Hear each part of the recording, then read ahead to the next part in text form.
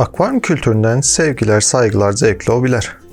Bugün sizlere son dönemde tüm hobicilerin en büyük sorunlarından biri olan elektrik faturalarını düşürmek için neler yapmamız gerektiğinden, elektrikten nasıl tasarruf edeceğimizden bahsetmek istiyorum.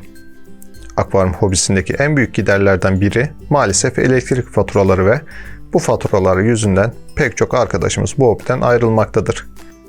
Gelin şimdi elektrik faturalarını nasıl düşüreceğimizi hep birlikte öğrenelim. Haydi başlayalım.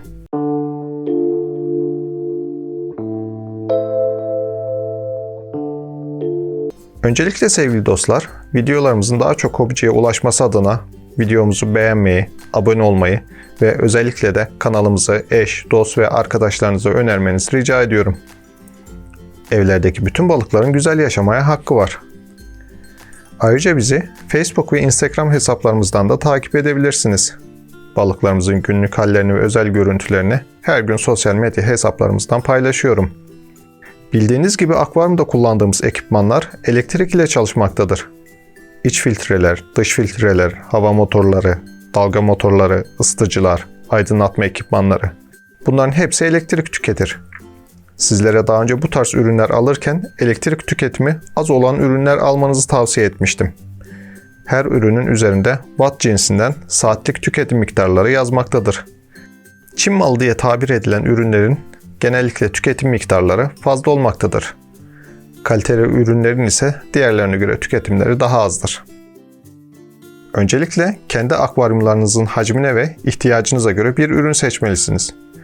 Örneğin akvaryumunuzun hacmine göre gereğinden daha büyük bir motor alırsanız hem balıklarınız rahatsız olur hem de ekonominiz. Çünkü biraz önce saydığım bu ekipmanların kapasiteleri değişmektedir ve kapasitesi büyüdükçe kullandığı elektrik miktarı da artmaktadır. Şimdi gelelim elektrik tüketimimizi nasıl düşüreceğimize. Biraz sonra söyleyeceğim yöntemleri ben uzun süredir kullanıyorum. Ütopik şeyler olmadığı için de sizler de mutlaka faydasını göreceksiniz. İlk olarak zaman ayarlı prizler kullanıyorum.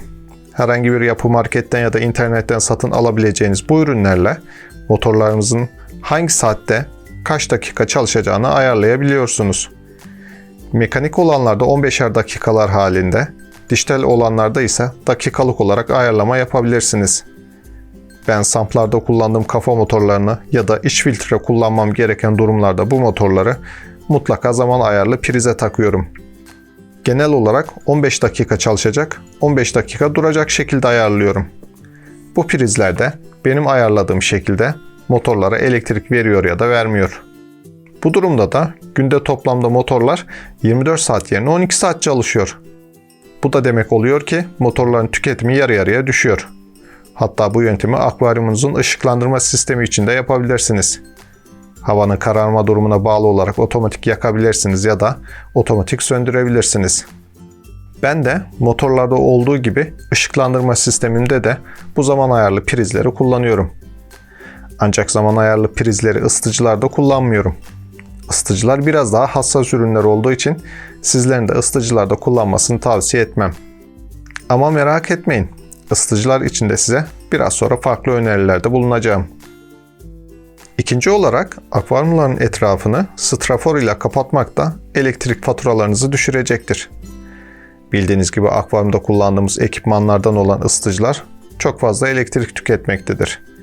Akvaryum hacmimize göre 100 Watt, 200 Watt, 300 Watt olan ısıtıcılar seçmekteyiz. Bu ısıtıcılar sürekli çalışmasalar bile içerisindeki termostatlar vasıtasıyla suyumuzun sıcaklığını otomatik algılamakta ve çalışmaktadır. İşte akvaryumların etrafını kapatarak ısıtıcıların bu çalışma sıklığını azaltabiliriz. Isıtıcılar daha az çalışırlarsa daha az elektrik tüketeceklerdir. Aslında burada yaptığımız çok basit.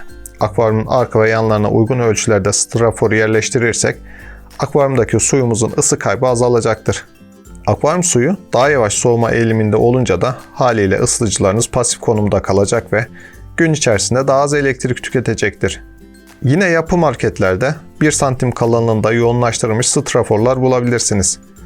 Bu straforlarla akvaryum üç cephesine kapatabilirsiniz. Isı kaybının azaldığını, ısıtıcınızın çalışma sıklığından sizler de fark edebilirsiniz. Üçüncü olarak elektrik tarifenizde değişiklik yaparak da faturalarınızı düşürebilirsiniz. Burada aylık olarak tüketim miktarınız düşmese bile fatura tutarı anlamında sizlere katkı sağlayacaktır. Peki bunu nasıl yapacağız? Öncelikle faturalarınızı incelemeniz gerekmektedir. Elektrik sayacınız eğer 3 zamanlı ise bu faturanızda gözükecektir. Faturanızda puant ve gece değerlerine bakarak hangisinde daha fazla tüketim yaptığınızı görebilirsiniz. Eğer gece daha fazla tüketim gerçekleşmişse bağlı olduğunuz enerji dağıtım firmasına başvuru yaparak 3 zamanlı sisteme geçebilirsiniz. Bu sayede daha fazla tüketim yaptığınız gece döneminde daha uygun fiyattan elektrik kullanabilirsiniz.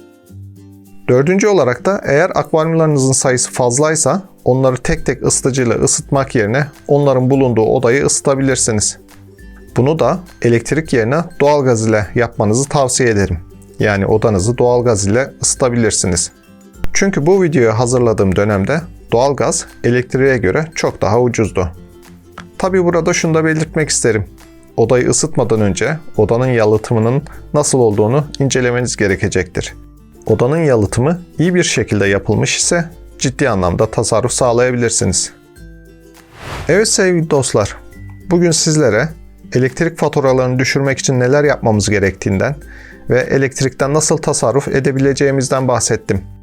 Umarım sizler de bu yöntemler sayesinde faturalarınızın nasıl düştüğünü gözlemleyeceksiniz.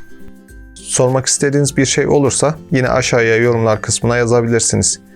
Videomuzu beğenmeyi unutmayın.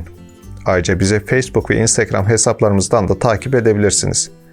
Hala kanalımıza abone olmadıysanız abone olarak ve bildirimleri açarak bizlere destek olmanız kanalımızın gelişimi için çok önemli. Akvaryum kültüründen herkese sevgiler, saygılar, zevkli hobiler.